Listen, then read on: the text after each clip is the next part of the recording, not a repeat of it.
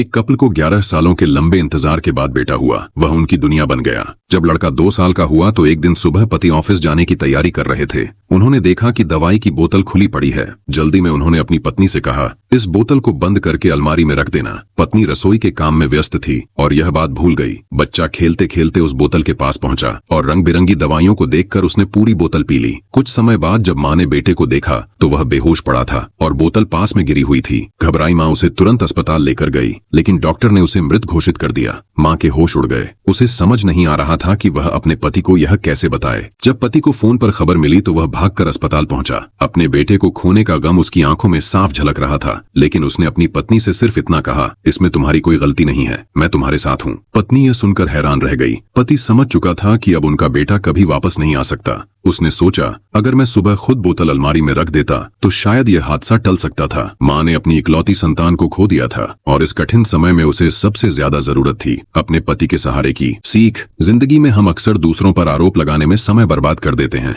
लेकिन मुश्किल समय में एक दूसरे को सहारा देना ही सबसे बड़ी ताकत होती है। बोलो जय श्री राम।